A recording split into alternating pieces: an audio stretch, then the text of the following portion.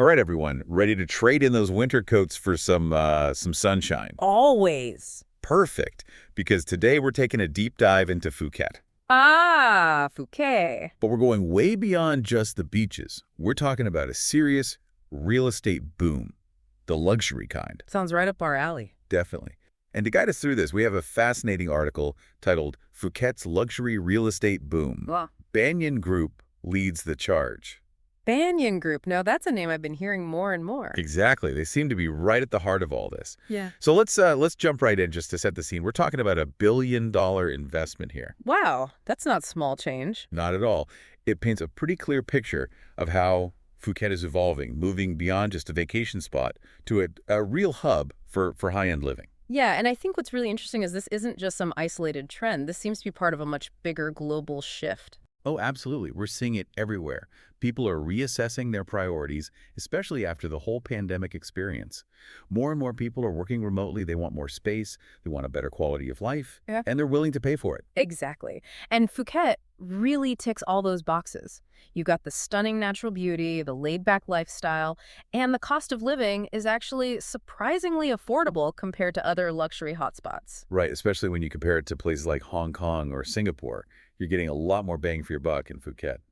Mm. But okay, let's talk about this Banyan Group. They're making quite a splash. I mean, $1 billion investment, that's a serious commitment. It really is. And it tells you they have a lot of faith in Phuket's long-term potential as a luxury destination. They're not just testing the waters here. They're diving in head first. Yeah, their flagship project, this Laguna Lakelands development, Hmm. is huge. Something like 6,000 units with an average price tag of $325,000. That's basically a whole mini city they're building. It is. It's massive. But they have other projects in the pipeline as well, like the Lakeview Residences and the Sky Park Alara Residences. They're really going all in on Phuket. So it sounds like Phuket is becoming a prime destination for, well, for those who can afford it. But what is it about Phuket, beyond just the beautiful beaches and the favorable prices? What's really driving this surge in interest? Well, like we were saying before, I think the pandemic definitely played a role. It sort of forced people to rethink their lifestyles, and many realized they didn't want to be stuck in cramped city apartments anymore. They wanted space, they wanted nature, they wanted a change of pace, and Phuket offers all that and more. It's that escape, that paradise found kind of vibe. Yeah, exactly. But it's also important to remember that Phuket has been strategically positioning itself as a luxury destination for years now. It hasn't happened overnight. They've been investing in infrastructure, improving connectivity, attracting high-end brands and businesses. So it's all sort of come together at the perfect time. You know, it's more than just a pretty face then. Hmm. They've got the substance to back it up. Right. Now, the article mentions this community-centric approach that Banyan Group seems to be taking. They're not just building houses, they're trying to create a whole lifestyle. Well, What's your take on that? I think that's a really smart move. It's not just about selling a property anymore. It's about selling an experience, a sense of belonging. And that's something that can really appeal to luxury buyers, especially those looking for a second home or a place to retire. Right, it's like buying into a community, not just a house. Exactly. And Banyan Group has been doing things like offering property management services, access to exclusive clubs and amenities, even educational programs. They're trying to create a real sense of community. But, and this is something I think we need to be mindful of, we have to examine this idea of a manufactured community critically. What do you mean?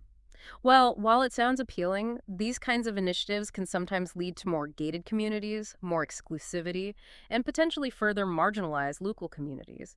We have to be careful about creating these enclaves of affluence that are cut off from the rest of society. That's a really important point.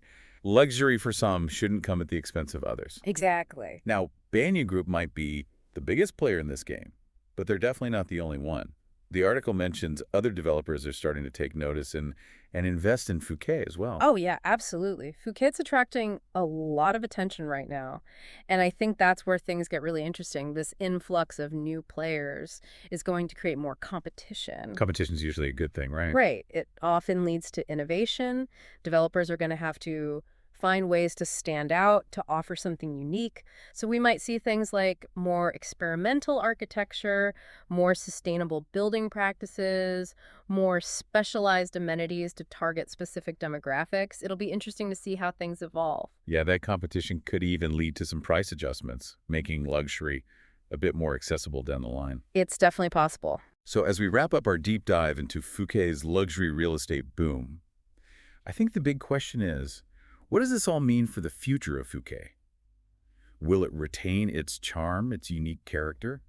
Or will it become just another playground for the wealthy? That's the million-dollar question, or rather the billion-dollar question in this case. Right. On the one hand, this influx of investment can definitely be a good thing. It can revitalize the economy, create jobs, improve infrastructure, but sustainable development is key here. What do you mean by that? Well, it's about finding a balance, ensuring that this development benefits everyone, not just a select few, protecting Phuket's natural beauty, respecting local communities, preserving the island's cultural heritage. That's what will make this boom a success in the long run. Yeah, it's about progress, but progress done right. So next time you're daydreaming about a Phuket vacation, and let's be honest, who isn't, maybe take a moment to think about the bigger picture, the forces at play that are shaping this paradise. It's a fascinating case study. It really is. And who knows, maybe you'll even be tempted to browse some real estate listings while you're at it. Why not? But until then, keep those passports handy and join us next time for another deep dive. See you then. Bye, everyone.